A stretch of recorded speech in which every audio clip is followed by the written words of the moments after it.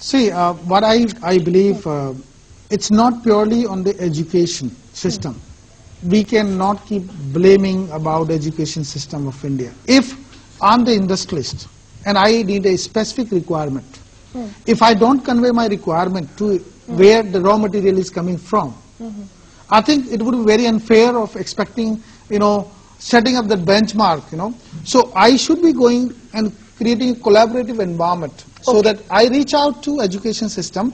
Hey folks, and that's where I think there's a good attempt being made by Government of India these days.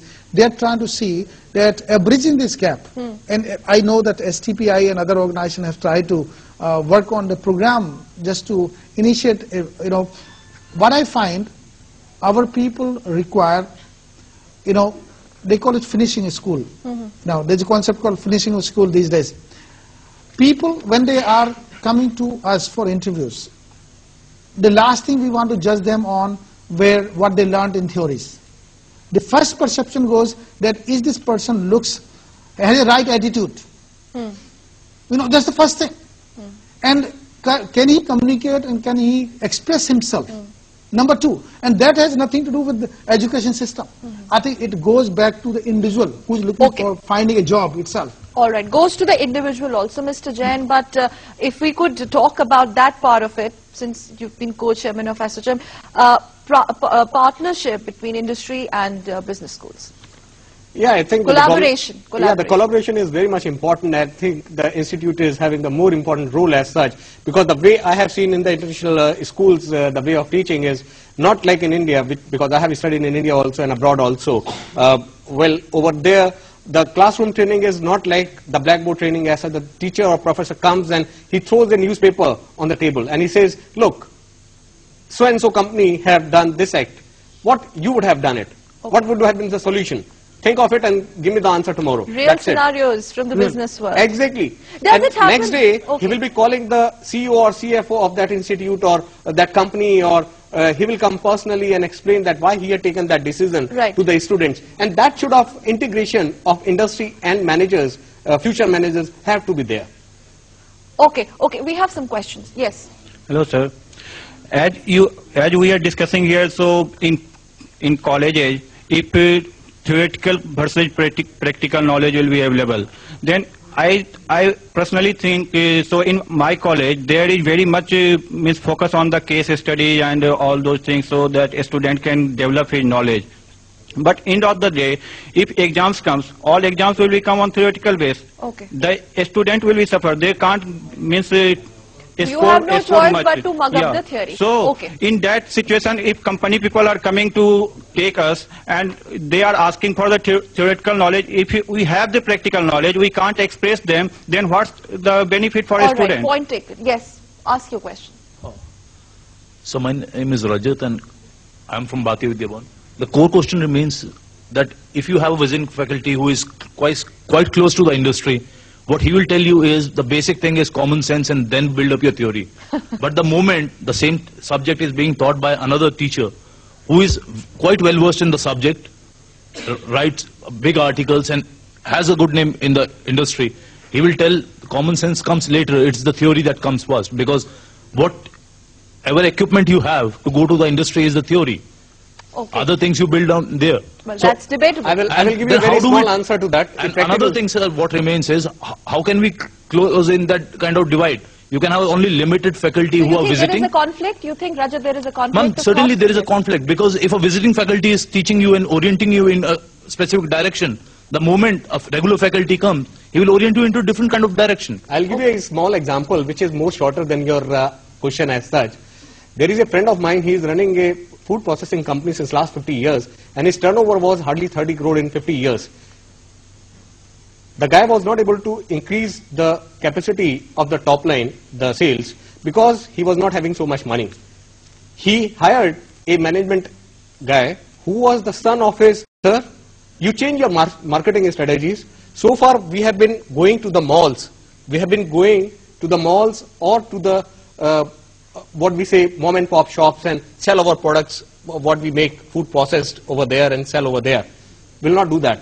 We'll go to the hotels, we'll go to the dhabas and we will hire 3 vans and all 3 vans will go to the hotels and dhabas and sell our product to them directly, believe me, in 6 months, he has increased his turnover by 130%. So what and is today, the moral of the story? Well, they the face moral these of the story conflicts. is, of course, you guys need the practical training for sure, but beyond imagination, if the common sense is not there, So the bigger both the things are not going to work together. So you the have to bigger club both question- the things together. Okay. Sir, the bigger question that emerges is, even if we had some kind of visiting faculty and some kind of regular faculty, still we cannot have 100% on one Very end. right.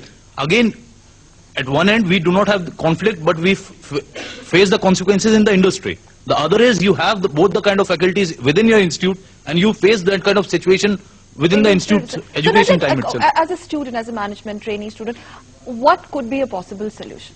What can you really come up with? As far what I have felt is, you hardly learn something new in management. It's only the concept that you have gathered within your last years of graduation and all. You are just trying to polish them and reorient.